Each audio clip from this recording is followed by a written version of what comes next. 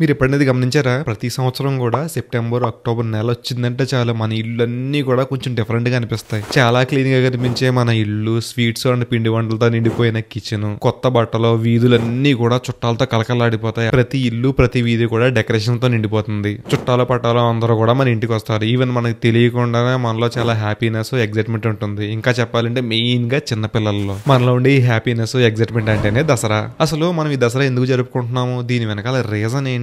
దాని వెనకాల రీజనే కాకుండా అసలు ఈ దసరా జరుపుకోవడం వల్ల మనకు వచ్చిన ఉపయోగం ఏంటి? రండి ఈ వీడియోలో మొత్తం తెలుసుకుందాం. ఈ దసరాని విజయదశమి అని కూడా అంటాం, అంటే చెడు మీద మంచి గెలుపు. దీని వెనకాల 2 రీజన్స్ ఉన్నాయి. ఒకటి రాముడు, 2 దుర్గాదేవి. రావణాసురుడి మీద రాముడి విజయం, మహిషాసుర అనే రాక్షసుడి మీద దుర్గాదేవి విజయం. కానీ దసరా వెనకాల రీజన్ పురాణాలకు మించి కూడా ఉంది. జనరల్ గా మీరు చూసుకుంటే దసరా అనేది వర్షాకాలం లాస్ట్ లోని వింటర్ స్టార్టింగ్ లోనే వస్తుంది. అంటే సీజన్ చేంజ్ అవుతుంది. సో ఈ సీజనల్ చేంజ్ లో జనరల్ గా ఏంటంటే డే అండ్ నైట్ ఈక్వల్ గా ఉంటుంది. డే నైట్ ఈక్వల్ గా అంటే డే ఎంత అయితే ఉంటుందో టైం, నైట్ కూడా అంతే ఉంటుంది. అంటే ఇది బ్యాలెన్సింగ్ అనమాట. ఇదే టైంలో అందరికీ పంట చేతికి వస్తుంది. లేక్స్ అండ్ రివర్స్ కూడా ఫుల్ గా నిండిపోయి ఉంటాయి. ఒక మనిషి బతకడానికి ఇంతకు మించి హ్యాపీ ఎన్విరాన్మెంటల్ కండిషన్ ఏముంది? అందుకే మన పూర్వీకులు ఏమి తెంగరోళ్ళు కాదు, బాగా ఆలోచించే పెట్టారు. ఈ సీజనల్ సైకిల్ లో మనం గ్రాటిట్యూడ్ తెలుపుకోవడానికంటే ప్రకృతికి మనం చూపే కృతజ్ఞత అన్నమాట. మనం హ్యాపీగా ఉన్నప్పుడు జనరల్ గా చిన్న చిన్న పార్టీస్ చేసుకుంటుంటాం కదా, ఇది కూడా సేమ్ అలాగే అనమాట. మనకు అన్ని కండిషన్స్ బాగా సెట్ అయినాయి కాబట్టి దసరా ఆ రోజునే సెలబ్రేట్ చేసుకోవడానికి కూడా రీజన్.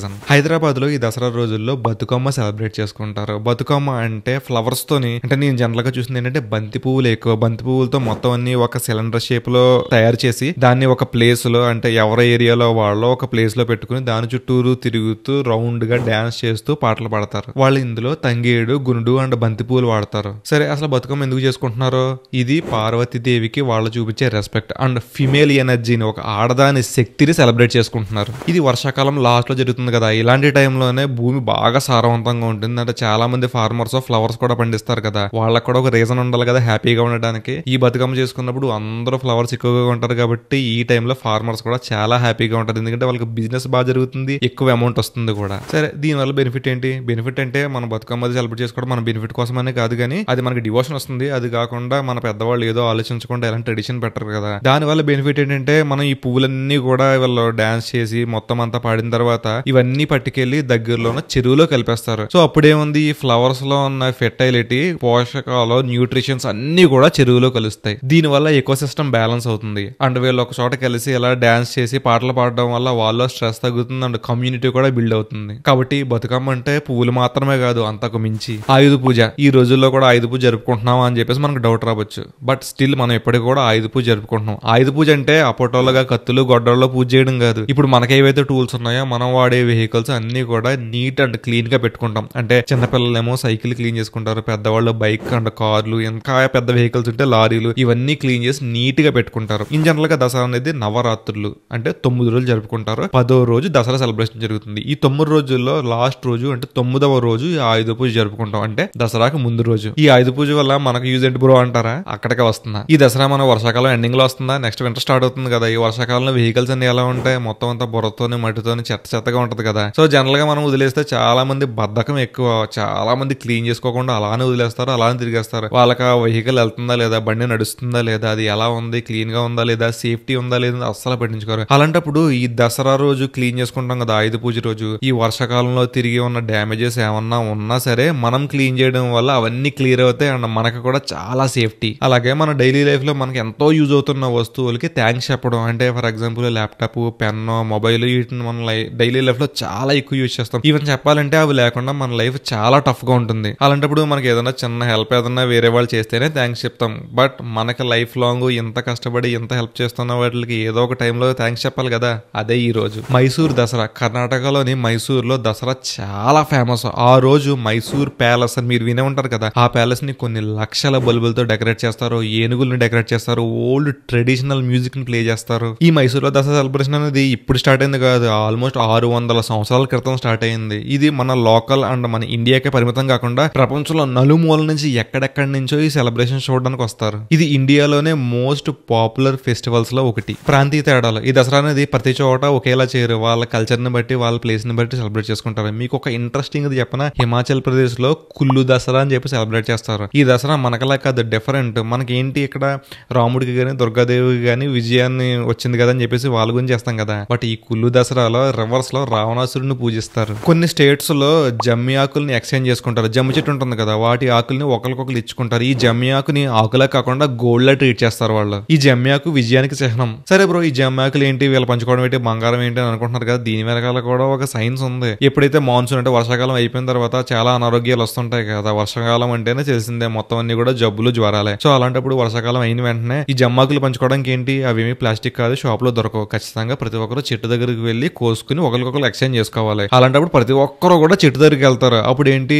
ఆ చెట్టు ఆకులు ఎక్కువ ఆక్సిజన్ సప్లై చేస్తుంది. అండ్ ఆ ఆకుల నుంచి వచ్చే గాలి పీల్చుకోవడం వల్ల మనకి హెల్త్ చాలా ఇంప్రూవ్ అవుతుంది. ఇది నేను చెప్పడం కదా, సైంటిఫికల్ గా ప్రూవ్ అయింది కూడా. కాబట్టి అర్థమైందా, ఈ ఫెస్టివల్ లో చేసే ప్రతి పని వెనకాల కూడా మనకి హెల్త్ రిలేటెడ్ చాలా ఉందని. ఈ ఫెస్టివల్ అనే కాదు, మన ఇండియన్ ఫెస్టివల్స్ అన్ని కూడా హెల్త్ బెనిఫిట్స్ ఉన్నాయి. ఫర్ ఎగ్జాంపుల్ దసరా రోజు ఊరేగింపులు అవి జరుగుతాయి, జాతరలు అవి జరుగుతాయి కదా, పెద్ద పెద్ద డ్రమ్స్ అవి కొడతారు. సో డ్రమ్స్ అనేవి ఏంటి, చిన్నవి కాదు, పెద్ద డ్రమ్స్. అవి చాలా లో ఫ్రీక్వెన్సీలో వస్తుంది సౌండ్. ఆ లో ఫ్రీక్వెన్సీ వల్ల మన హార్ట్ రేట్ అనేది నార్మలైజ్ అవుతుంది. ఈ బతుకమ్మ పండుగలో వాడే ఫ్లవర్స్ అన్నిటిలో కూడా యాంటీ ఆక్సిడెంట్స్, న్యూట్రిషన్స్ ఉంటాయి. ఇవన్నీ పట్టుకెళ్ళి చెరువులో కలపడం వల్ల చెరువులు చాలా హెల్దీగా అండ్ న్యూట్రిషన్స్ చాలా యాడ్ అవుతాయి. అలాగే ఆయుధ పూజ రోజు కొంతమంది ఉపవాసం చేస్తారు. ఉపవాసం చేయడం వల్ల చాలా హెల్త్ బెనిఫిట్స్ ఉన్నాయి. దానికోసం కూడా ఆల్రెడీ ఒక వీడియో చేశాను. ఈ వీడియో మిస్ అవ్వకుండా ఉండాలంటే కనుక ఇదనే కాదు, ఇంకా చాలా ఇంట్రెస్టింగ్ వీడియోస్ వస్తాయి అండ్ ట్రావెల్ వీడియోస్ కూడా వస్తాయి. ఇవన్నీ మిస్ చేయకుండా ఉండాలనుకుంటే కనుక ఛానల్ ని సబ్స్క్రైబ్ చేసుకోవడానికి ట్రై చేయండి. సరే, ఇప్పుడు పర్సనల్ గా వద్దాం. అసలు దసరా మనకి ఇది ఏదో ఆచారం మన పూర్వీకులు తెచ్చారనే కాకుండా మన జీవితానికి చాలా వాల్యూ యాడ్ చేస్తుంది. ఇది ఏదో బుక్ లో చదివిందో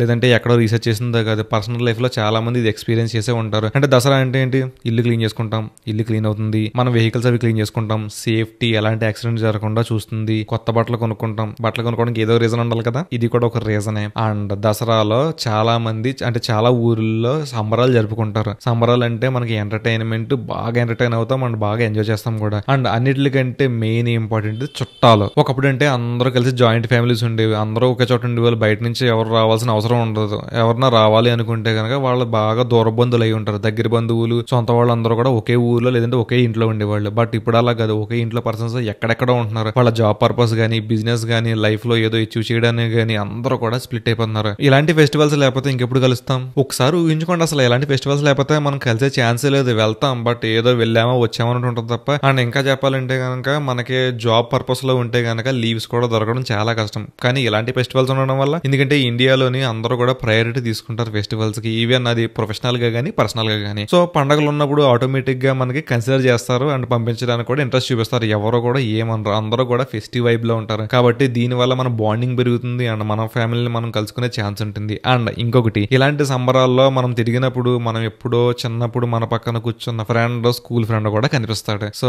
ఇంట్రెస్టింగ్ ఉంది కదా, ఎప్పుడో మన ఫ్రెండ్స్ ని మనం కలవడం అనేది చాలా ఎక్సైట్మెంట్. వాళ్ళు ఏంటి, మనం వాళ్ళం కూడా ఒకే ఊర్లో ఉండేవాళ్ళం, ఒకే ఊర్లో చదువుకున్నాం చిన్నప్పుడు. బట్ ఇప్పుడు వాళ్ళు ఎక్కడున్నారో తెలియదు, మనం ఎక్కడున్నామో తెలియదు. వాళ్ళు మనం కలిసే ఛాన్స్ ఉంటుందా అంటే ఉండం. చాట్ చేసుకుంటామో, కాల్స్ మాట్లాడుకుంటామంటే అంత క్లోజ్ ఫ్రెండ్షిప్ కూడా కాదు, జస్ట్ ఏదో చిన్నప్పుడు కలిసి చదువుకున్నాం. బట్ ఇప్పుడు ఆ ఫ్రెండ్ ఇంత ఏజ్ అయిన తర్వాత, ఎన్ని ఇయర్స్ తర్వాత చూడడం అనేది చాలా హ్యాపీగా ఉంటుంది. ఫ్రెండ్ అనే కాదు, మనకి ఎప్పుడో చిన్నప్పుడు తెలిసిన వాళ్ళందరూ కూడా ఇలాంటి దసరా రోజు, జాతర రోజే యాడ్ అవుతారు. ఎందుకంటే ఎంతైనా మన అందరం ఒక ఊరు వాళ్ళం కదా. అది దసరా కోసం దాని వెనకాల హిస్టరీ ఎలా జరుపుకుంటారు అనేదే కాకుండా నాకు తోచినంత వరకు నాకు అనిపించింది మీకు చెప్పాను. ఇది ఓన్లీ దసరా హిస్టరీ మాత్రమే కాదు, దానిలో ఉండే ప్లస్ అండ్ మైనస్ లో దాని వల్ల ఉండే బెనిఫిట్స్ కూడా మీకు ఎక్స్ప్లెయిన్ చేశాను. మీరు దసరాని ఎలా సెలబ్రేట్ చేసుకుంటున్నారో, మీ ఊర్లో ఏమైనా జాతర జరుగుతుందా లేదంటే మీ ప్లానింగ్స్ ఏంటి ఒకసారి కమెంట్ చేయండి, నేను కూడా తెలుసుకుంటాను. అండ్ ఈ దసరాకి మీరింటికి వెళ్తున్నారా? ఈ దసరాలో మీకు బాగా ఎగ్జైట్మెంట్ ఇచ్చే పార్ట్ ఏంటి? ఇంటికి వెళ్ళడమా, కొత్త బట్టలు కొనుక్కోవడమా, చుట్టాలను కలడమా, లేదంటే జాతరలో తిరగడమా? అది కూడా కమెంట్ చేయండి. వీడియో చాలా మంది చూస్తున్నారు కానీ సబ్స్క్రైబ్ మాత్రం చేసుకోవట్లేదు. ఇంతవరకు వచ్చారంటే మీకు వీడియో నచ్చిందనే కదా. ఒకసారి సబ్స్క్రైబ్ చేసుకోవడానికి ట్రై చేయండి. ఎందుకంటే నేను పెట్టే వీడియోస్